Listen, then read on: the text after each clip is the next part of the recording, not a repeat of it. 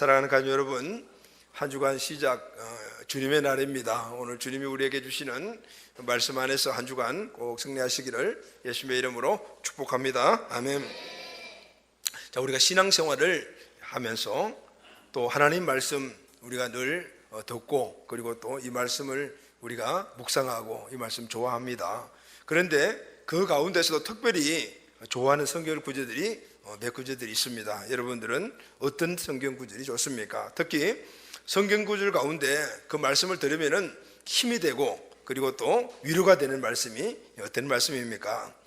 꼭 기도 응답을 해주겠다, 그리고 승리하게 만들어 주겠다, 또 축복하겠다, 능력을 주겠다, 은사를 주겠다, 이런 말씀들이 우리에게 힘이 되죠. 이 말씀을 들으면 저도 힘이 납니다. 그런데 여러분, 저는 이 말씀도 힘이 나지만 더 저에게 힘을 주는 말씀이 있습니다. 그 말씀은 내가 너와 함께 하리라. 할렐루야. 내가 너와 함께 했다. 하나님이 나와 함께 하시겠다는 이 말씀을 들으면 너무너무 힘이 되고, 또 어떤 경우는 너무 많이 위로가 됩니다. 자, 여러분, 야곱이 형 에서를 속여서 여러 가지 잘못된 일을 했다가 발각이 나서 도망을 가게 되었습니다. 가다가 베델이라는 그 들판에서 누워서 밤에 잠을 자면서 하나님의 함께 하시는 그 역사를 보게 되죠. 창세기 28장 15절 말씀을 보면은 그때 하나님께서 야곱에게 이렇게 말씀하십니다. 내가 너와 함께 있어 내가 어디로 가든지 너를 지켜주며 너를 이끌어 이 땅으로 돌아오게 하겠다. 그리고 내가 너를 허락한 것은 다 이룰까지 너를 결코 떠나지 아니하리라. 이 말씀을 듣고 야곱이 힘을 얻어서 일어나 하나님은 여기도 계시고 어디나 나와 함께 하시는 거구나. 그래서 힘있게 바다나 아람으로 가서 승리하는 삶을 이루고 돌아온 것을 볼 수가 있습니다. 내가 너와 함께 하리라 힘을 얻었죠. 여러분, 이제 40년의 광야 생활을 마치고 여호수아와 이스라엘 백성들이 요단강 앞에 왔습니다. 그런데 그들 마음속에는 미지의 땅으로 들어가야 합니다. 마음에 두려움이 있을 수밖에 없습니다. 그때 하나님께서 여호수아에게 이렇게 말씀하십니다. 여호수아 1장 9절이죠. 내가 내게 명한 것이 아니냐. 마음을 강하게 하고 담대히 하라. 두려움 말며 놀라지 말라. 내가 어디로 가든지 내 하나님 나 여호와가 너와 함께 하느니라. 할렐루야. 이 말씀에 이스라엘 백성들과 여호수아가 힘을 얻고 일어나 요단강을 돌파하여 그리고 또 여리고성을 돌파하며 가나안 땅을 취했습니다. 이스라엘이 범죄해서 그래서 바벨론에게 포로로 끌려갔습니다. 70년 동안 포로 생활을 하는 그 힘든 가운데서 하나님은 이스라엘을 이렇게 위로했습니다. 이사야 41장 10절 말씀을 보면은 두려워 말라. 내가 너와 함께 하매니라. 놀라지 말라. 나는 내 하나님이 됨이니라. 내가 너를 굳세게 하리라. 참으로 너를 도와주리라. 참으로 나의 의로운 오른손으로 너를 붙들리라. 아멘.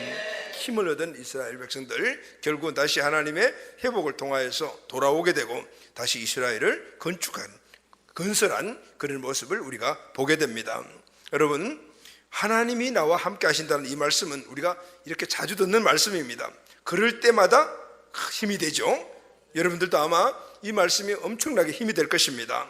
오늘 이 우리에게 엄청나게 힘이 되는 이 말씀, 오늘 본문에서 우리에게 주시는 또 하나의 말씀입니다. 오늘 본문에도 보게 되면은 이 말씀이 반복되어 나옵니다. 내가 영으로 너희 안에 함께 있겠다라. 하나님은 이제 영으로서 우리와 함께 있겠다 이렇게 말씀을 하십니다. 3번이나 나옵니다. 9절이죠. 성령이 너희 안에 거하시면, 이제 성령님이 우리 안에 거하시고, 또 11절 상반절에 보게 되면은 예수를 죽은 자 가운데서 살리신 이의 영이 너희 안에 거하시면, 바로 성령님이시죠. 성령님이 우리 안에 거하시고, 또 11절 하반절에 보게 되면 너희 안에 거하시는 그 성령으로 말미암아 너희 죽을 몸도 살리라. 할렐루야. 자, 성령이 우리 안에 거하신다는 것이죠. 여러분, 기독교에는 기독교의 신비 중에 최고의 신비 가운데 하나가 바로 오늘 이 본문 말씀입니다. 여러분, 기독교는 신비한 종교입니다. 신비한 종교는, 신비하다라는 말은 우리가 갖고 있는 지식이나 경험이나 이런 것들을 떠나서 일어나는 여러 가지 많은 일들, 경험, 이런 것들이 있기 때문에 신비하죠. 그런데 기독교는 신비한 종교지만 신비주의는 아니에요. 신비를 추구하고 그것이 전부인 것을 신비주의라고 말합니다. 그러나 우리 기독교 안에는 이렇게 신비스러운 것들이 있는 거죠. 이런 신비스러운 가운데 하나가 바로 성령님이 내 안에 계신다. 할렐루야. 성령님이 내 안에 계신다. 이것은 우리 기독교 안에 있는 신비 중에 신비입니다. 하나님이 내 안에 계신다는 것이죠.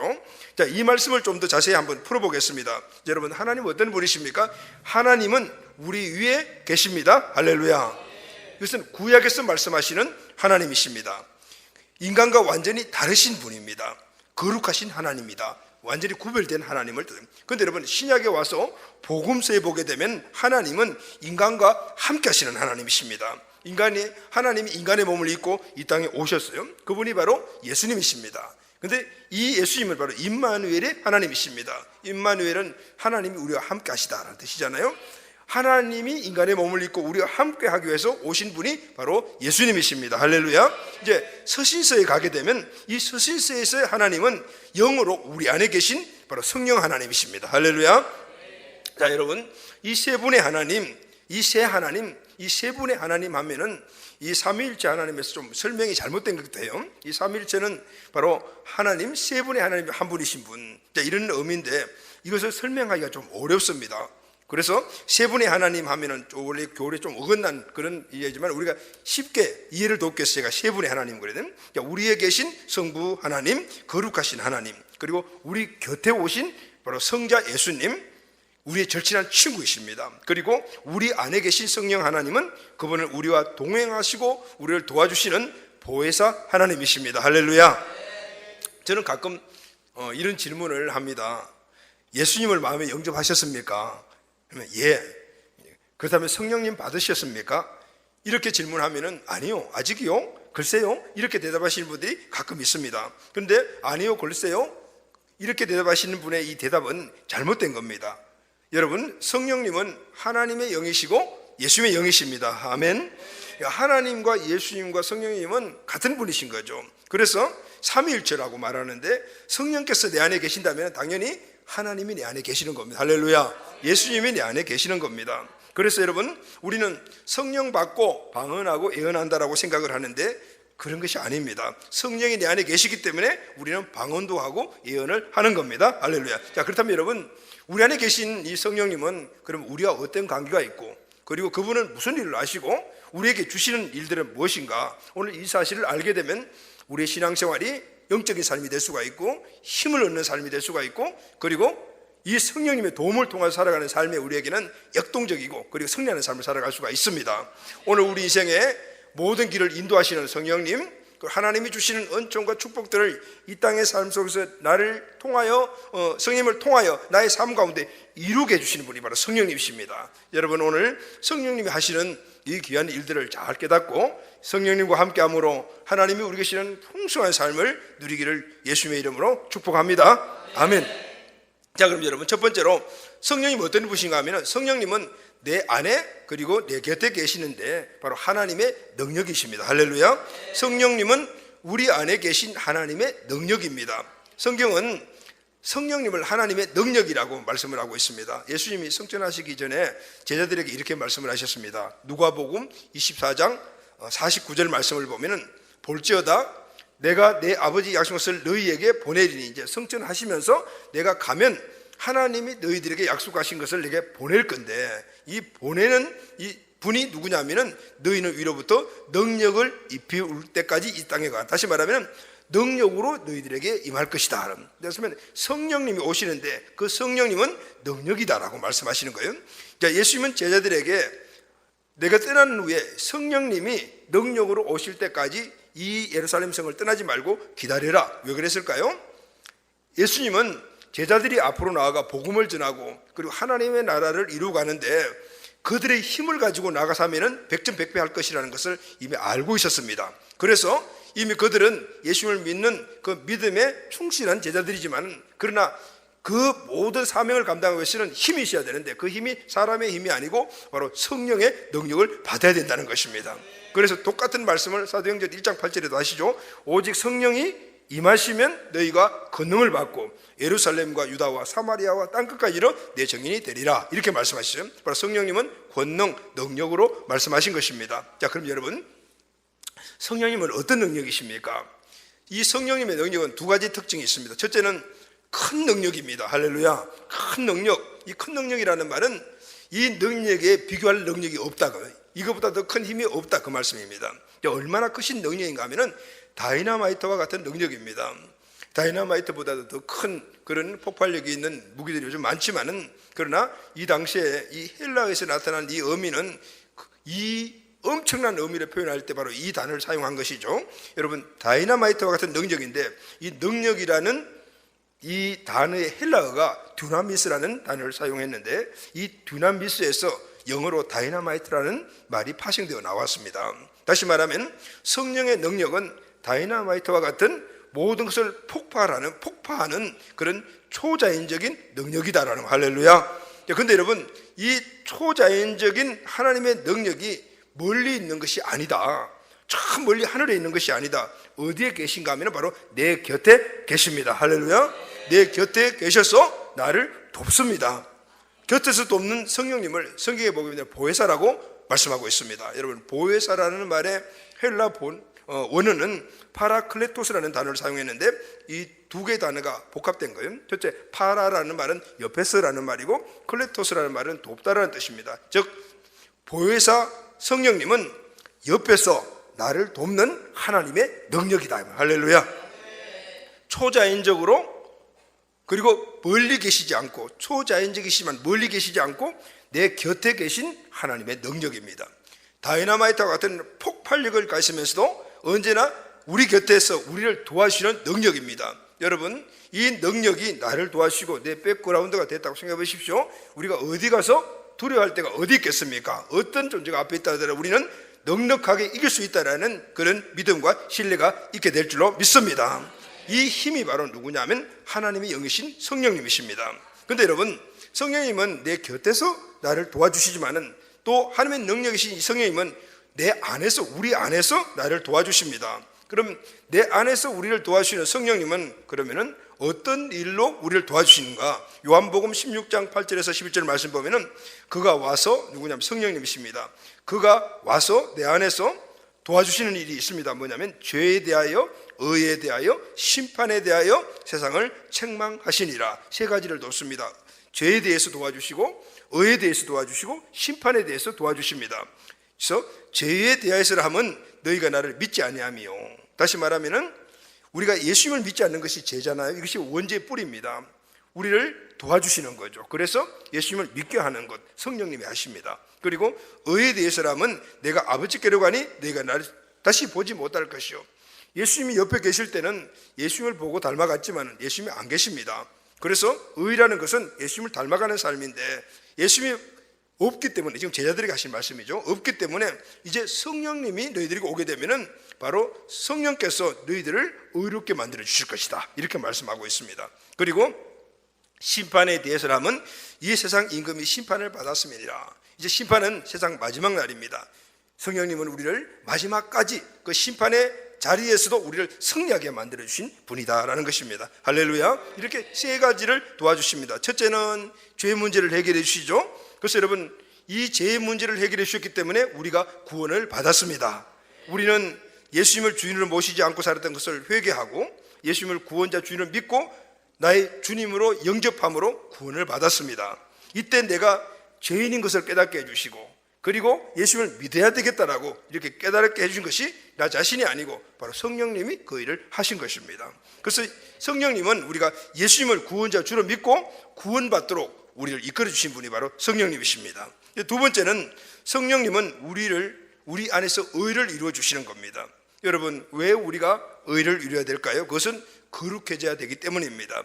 점점 세상과 분리되고 예수님을 닮아감으로 말미암아 하나님 나라에 가서 우리가 살아갈 수 있도록 우리를 바꿔나가야 됩니다. 여러분, 이 세상에서는 오늘 우리가 그런 삶을 살지 못하는 거예요. 그래서 목표가 있어야 합니다. 바로 예수님이십니다. 예수님의 의를 계속해서 우리가 닮아가야 합니다. 그리고 이 닮아가는 과정을 직접적으로 관여해 주시는 분이 누구냐면 성령님이십니다. 할렐루야.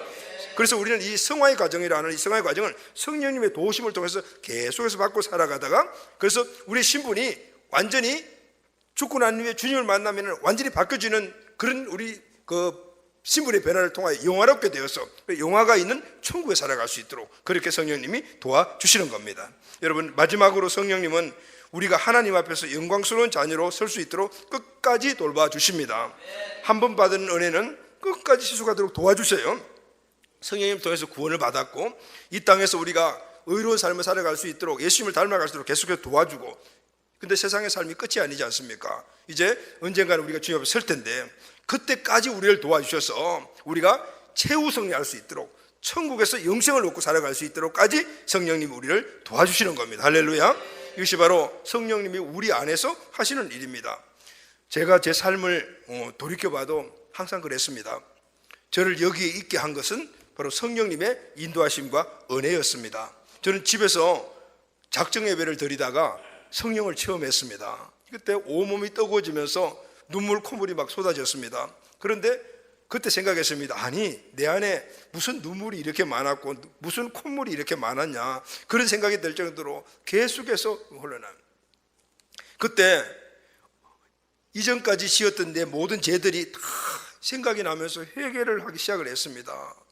그렇게 회개를 하는 과정 속에서 울고 기도하는데 입에서 이상한 말이 나왔습니다. 나중에 알고 봤더니 그것이 방언이었습니다. 뜻도 모르는 이상한 말이 나오는데, 그래서 내 의지가 아니고 어떤 다른 의지를 통해서 계속해서 이렇게 말을 하다 보니까 마음속에서부터 기쁨이 막 차오르는데 형용할 수 없는 기쁨이 차오르는 거예요. 그것이 바로 성령의 체험이라는 것을 그때 알게 되었어요. 그때 성령 체험으로 저는 하나님이 살아계신다는 사실을 100% 확신을 했습니다. 할렐루야. 또 내가 완전 저주받은 정말 지옥에 가서 영멸 속에 살아갈 수밖에 없는 죄인이구나라는 사실을 알게 되었습니다. 그전에도 교회를 다녀서 죄라는 사실은 알았지만은 그것이 내가 얼마나 저주받은 존재라는 사실을 몰랐어요. 그런데 성령께서 내 죄를 깨닫게 해주시니까 내가 얼마나 극악무도한 죄인이었고 멸망 속에 있고 저주받은 존재라는 사실을 알게 되었습니다. 그러니까 또 한편으로 그런 죄인을 나를 구원해 주신 주님의 은혜를 깨닫게 되니까 너무너무 감사하고, 그래서 그 감사 기도가 몇 달이 연속이 되는 그런 체험을 했습니다. 그리고 그 하나님의 은혜는 오늘까지 나를 인도해 주시고 계십니다. 그날부터 바뀌어진 내 인생의 180년 인생은 그 한 번 한순간으로 끝난 것이 아니고 단회성으로 끝난 것이 아니고 오늘도 여전히 내 삶 가운데서 함께 하심으로 말미암아 제가 이 자리에 서 있습니다.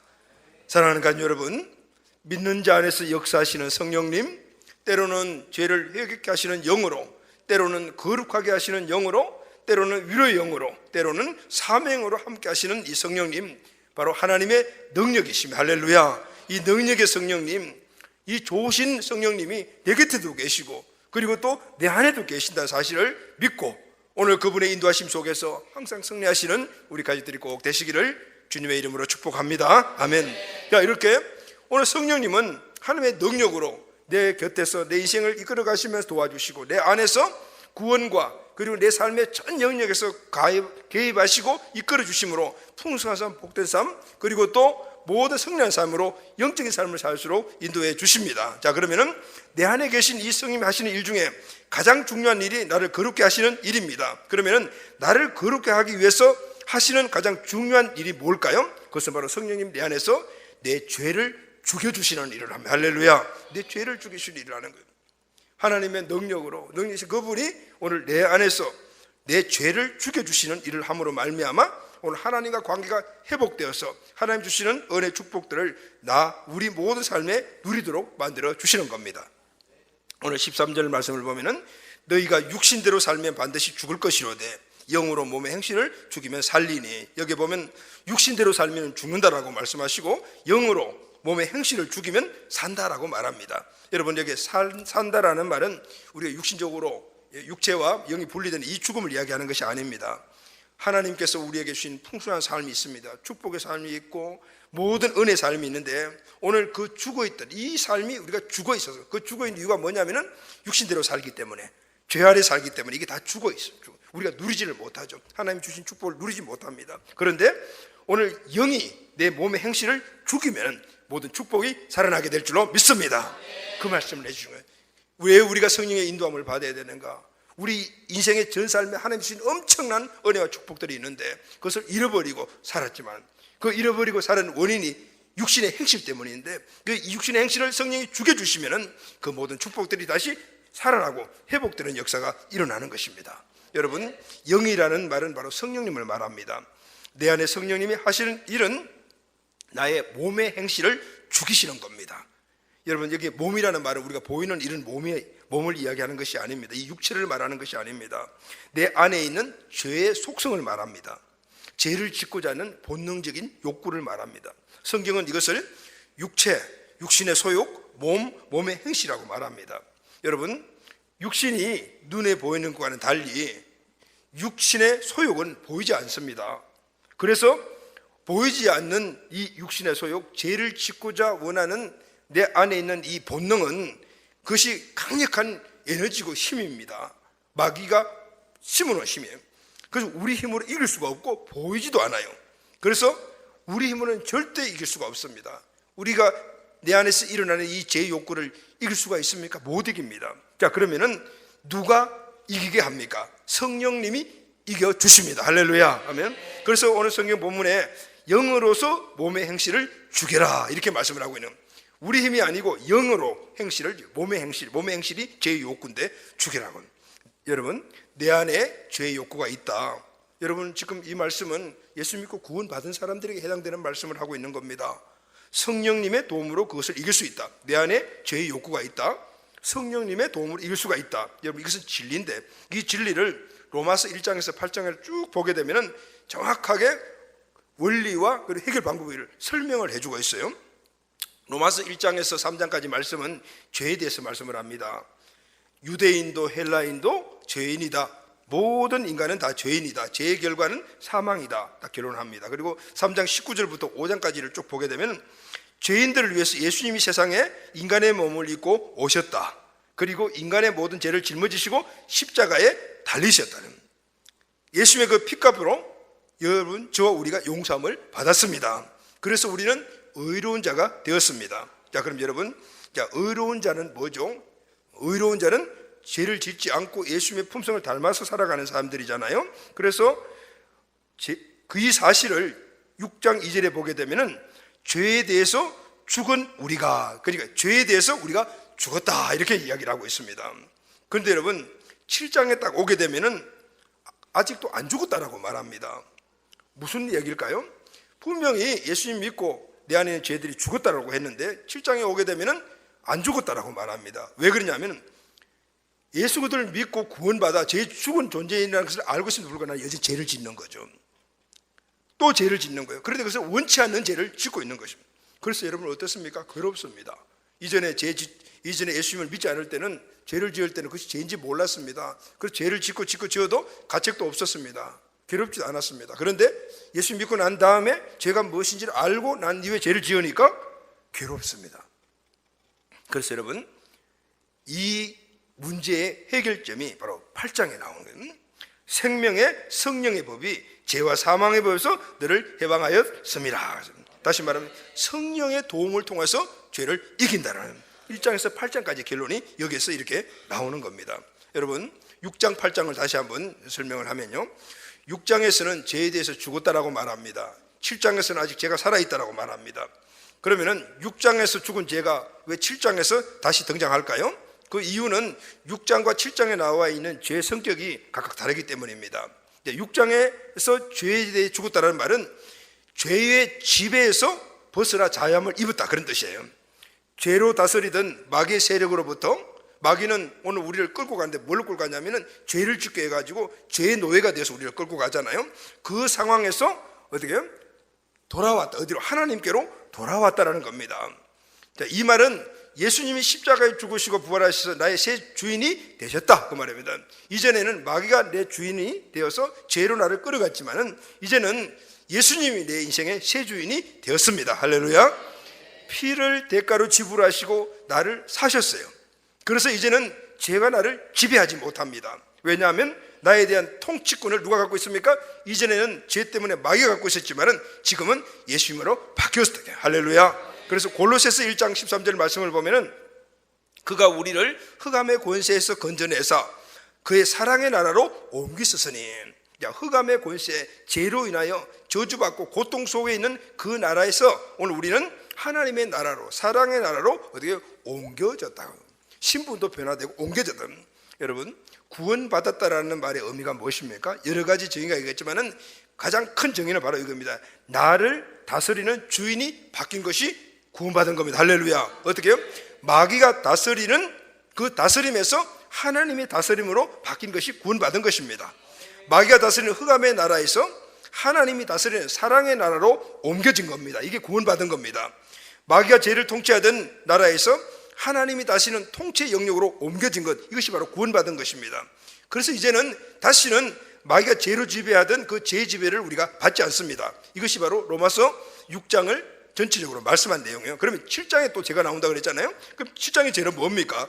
이것은 바로 본성적인 죄입니다. 다시 말하면 이제 죄의 통치는 받지 않지만은 내 안에 죄가 있습니다. 이것은 죄를 짓고자 하는 욕구입니다. 이전에 마귀의 그 권세 아래 살아가며 죄의 노예가 되어서 살아가면서 우리 수많은 죄를 지었어요. 그때 그 흙탕물과 같은 그 죄 안에서 살아가다 보니까 그것이 완전히 우리의 지정의를 오염시켜 버렸어요. 그것이 우리 안에 그대로 남아있는 거예요. 이것을 하나씩 하나씩 씻어내는 것이 바로 성화의 과정이다 그 말이에요. 그러니까 다 씻겨지기까지는 여전히 옛날과 같이 우리가 죄를 짓는 거예요. 이게 바로 로마서 7장이 말하는 죄다 그 말입니다. 이것은 죄를 짓고자 하는 욕구입니다. 죄에 오염된 습관입니다. 오늘 이 죄를 지으면 우리가 지옥 가는 건 아닙니다. 그러나 이 땅에서 오늘 이 죄를 계속 지음으로 말미암아 하나님 주시는 풍성한 삶이 막혀져 버리는 겁니다. 복된 삶을 살아가지 못하는 것입니다. 그래서 여러분, 오늘 우리는 이 죄를 죽여야 합니다. 할렐루야. 그런데 우리 힘으로 못 죽이는 것이죠. 성령님의 능력으로 그분이 이 죄를 죽여주셔야 합니다. 여러분, 16세기 청교도 신학자 오웬이 죄 죽이기라는 책을 썼는데 그게 보게 되면 이 죄의 문제에 대해서 잘 설명을 하고 있습니다. 죄에 대하여 죽었다라는 말은 죄를 완전히 도말하거나 몰아냈다는 말이 아니다. 죄를 완전히 건절시키는 것은 세상에서는 할 수 없는 일이다. 죄에 대해 죽었다는 말은 죄를 속에 숨기는 것이 아니다. 죄는 숨겨지지 않는다. 죄에 대해 죽었다는 것은 차분하고 온화한 성품이 되었다는 것도 아니다. 그것은 우리의 겉모습일 뿐이다. 죄에 대해 죽었다는 것은 죄를 한두 번 짓지 않았다가 순간적으로 몇 번 죄를 지었다는 것도 아니다. 죄에 대해 죽었다는 것은 죄의 세력이 우리를 다스릴 고난을 잃었다는 것이다. 곧 지배권을 상실한 것이다. 더 이상 나는 죄와 마귀의 세력에 속하지 않는다. 그렇다고 내 안에 죄가 없었다는 것은 아니다. 내 안에 내가 원치 않는 죄가 여전히 남아있다. 이것이 여러분 7장의 내용입니다. 자, 이것을 이렇게 요약할 수가 있습니다. 나는 예수님을 믿고 있지만 여전히 괴롭습니다. 왜냐하면 예수님의 지배를 받고 있음에도 불구하고 여전히 죄를 짓고 있기 때문입니다. 죄를 늘 짓고 있기 때문입니다. 그래서 나는 이렇게 결단합니다. 성령님을 의지할 수밖에 없구나. 할렐루야. 아무리 죄와 싸워서 이겨보려고 수없이 몸부림을 쳐도 또 짓고 또 짓고 반복적인 죄를 지으면서 결국은 성령님만을 의지할 수밖에 없구나. 왜냐하면 오직 성령님만이 나의 죄를 죽일 수가 있기 때문입니다. 사랑하는 여러분, 이제 성령의 도움이 왜 필요한지 아시겠죠? 우리가 예수님의 은혜로 제 세력으로부터 자유로웠지만 제 보수부터 여전히 자유롭지 못합니다. 그 이 죄의 세력은 내 힘으로 절대 이길 수가 없습니다. 그래서 하나님이신 성령님의 도움이 필요한 것입니다. 그래서 성령님은 큰 능력으로 오늘 죄를 말살시켜 주시는 거예요. 로마서 8장 13절 말씀 보면 너희가 육신대로 살면 반드시 죽을 것이로되 영으로 몸의 행실을 죽이면 살리라. 성령님을 의지하고 성령님 내를 죽여줄 수 있도록 모든 것을 맡기게 되게 되면 성령님은 내 안에 계시니 내 안에 있는 모든 이 죄의 소욕들을 눌러주시고 물리쳐 주셔서 오늘 우리의 몸의 행실대로 살지 않고 승리하며 살아갈 수 있도록 인도하여 주십니다. 이때 우리는 그것을 죄를 이겼다라고 이야기하는 거예요. 아멘. 자, 여러분, 그러면은 세 번째로 성령님이 내 안에 계셔서 하신 일이 무엇인가? 여러분, 성령님은 오늘 우리에게 큰 능력이 되시고 곁에 계시고 내 안에 계십니다. 그리고 오늘 우리를 어렵게 하기 위하여 죄를 어떻게 해요? 다 이겨주십니다. 자, 그러면은 성령님이 오늘 내 죄를 이기게 해주시는데 그러면은 그 이기게 해주시는 일은 무엇을 통해서 가능한가? 이것을 우리가 알아야 되겠죠. 자, 우리의 죄를 죽여 거룩하게 하시는 성령님이 또 하신 일이 무엇입니까? 그것은 바로 내가 기도하도록 만들어주시는 겁니다. 할렐루야. 오늘 성령님이 안에서 우리 죄를 죽여주시는데, 오늘 죄를 죽여주시기 위하여 오늘 우리에게 해야 될 일을 말씀하시는 것이 바로 기도하도록 만들어주시는 겁니다. 오늘 로마서 8장 26절 27절 말씀 보면은 이와 같이 성령도 우리의 연약함을 도우시니라니 우리가 마땅히 빌 바를 알지 못하나 오직 성령이 말할 수 없는 탄식으로 우리를 위하여 친히 간구하시느니라.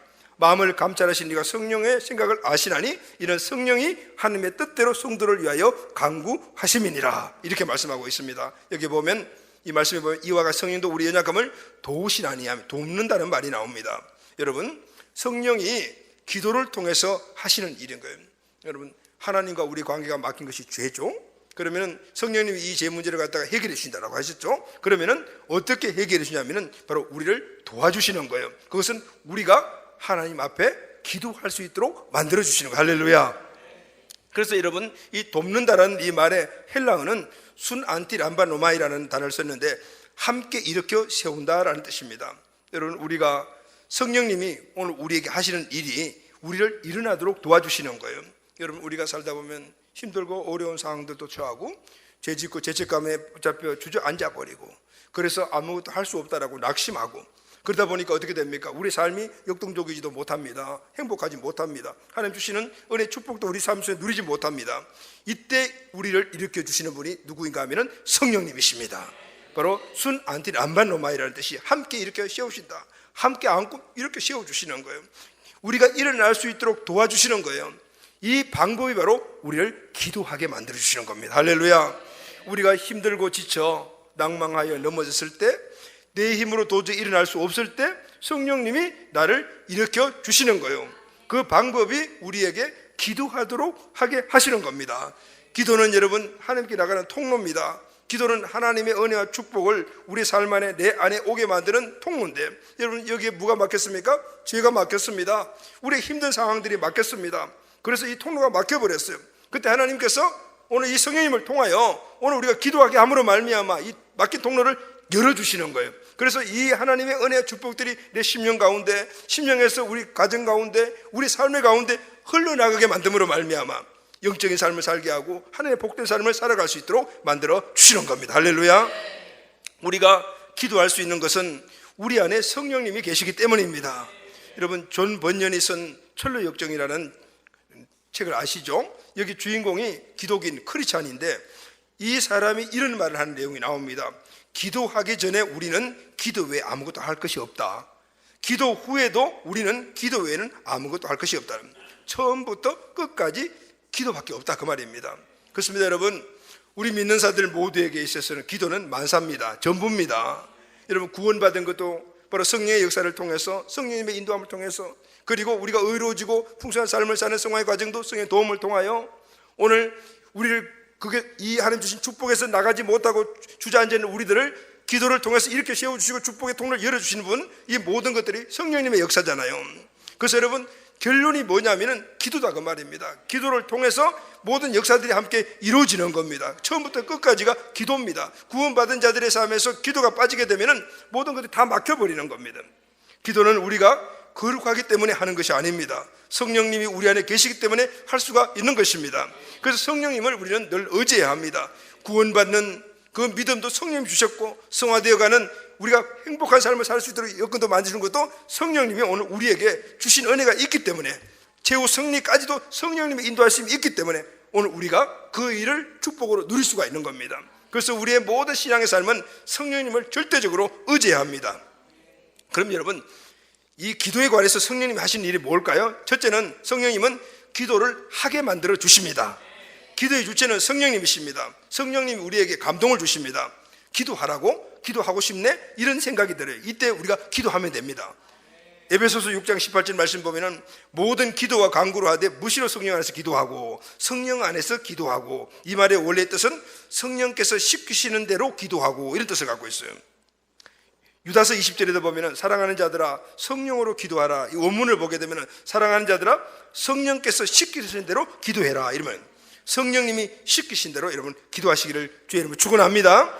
두 번째는요, 성령님을 우리 안에서 나를 대신하여 기도해 주십니다. 기도하라고 말씀하시고 우리 기도 자리에 앉아 있으면은 성령님 대신 기도해 주신다 그 말입니다. 로마서 8장 27절 보면은 이는 성령이 하나님의 뜻대로 성도들을 위하여 간구하심이나, 성령이 하나님의 뜻대로, 우리는 기도할 때 앉아서 무엇을 기도하십니까? 하나님 이것도 주시고 이것도 주시고 이것도 주시고, 항상 우리 기도를 보면 대부분이 그런 기도인 거예요. 그런데 여러분, 오늘 하나님의 뜻대로 구하는 기도가 하나님의 응답이 있습니다. 할렐루야.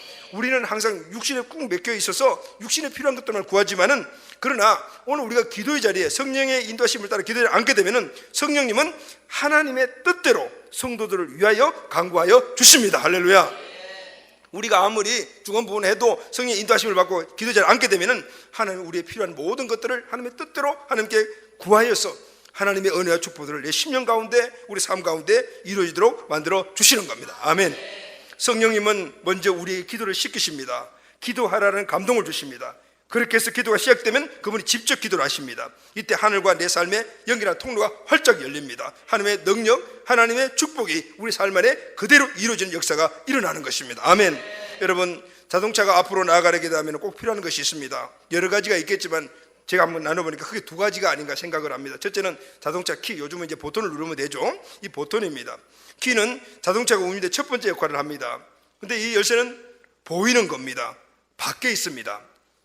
영적인 삶에 있어서 열쇠는 바로 믿음입니다. 우리가 지금 갖고 있는 믿음이죠. 믿음은 예수님의 생명의 능력을 끌어들이는 힘이다 그 말입니다. 다시 말하면 하나님의 은혜의 축복들을 오늘 우리 삶 가운데 오게 만드는 힘이 바로 믿음입니다. 그래서 요한일서 5장 12절에 보면은 아들이 있는 자에게는 생명이 있고, 할렐루야, 아들이 없는 자에게는 생명이 없다. 다시 말하면 예수님 없으면 하나님 주신 은혜는 누릴 수 없다 그 말입니다. 오직 예수님의 생명이 있는 자들만이 하나님의 축복을 누린다. 이것이 바로 열쇠예요. 그런데 여러분, 열쇠만 가지고는 자동차가 앞으로 나갈 수가 없지 않습니까? 자동차가 움직이려면 연료가 있어야 합니다. 연료는 보이지 않는 곳에 있는 탱크 안에 들어있지 않습니까? 영적인 삶의 연료는 뭘까요? 성령님이십니다. 할렐루야. 성령의 능력입니다.